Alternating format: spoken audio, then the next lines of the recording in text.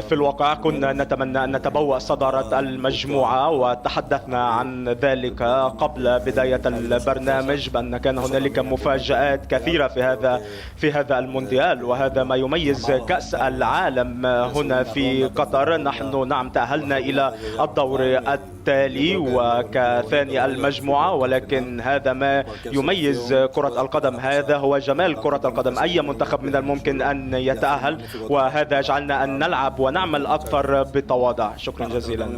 وبالتالي أن نحاول أن نعمل بصورة ممتازة ونواجه منتخب كبير مثل منتخب المغرب. يزعجك القول أن إسبانيا ربما فضلت المركز الثاني لتقابل المغرب أفضل من أن تقابل المنتخب الكرواتي؟ تحليل بعض الصحفيين أو النقاد الرياضيين.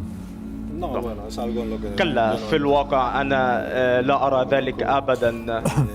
أنا أعرف جيدا الفريق والطاقم الفني، ونحن قاتلنا من أجل أن نتبوأ صدارة المجموعة، ولكن هذا لم يكن ممكنا.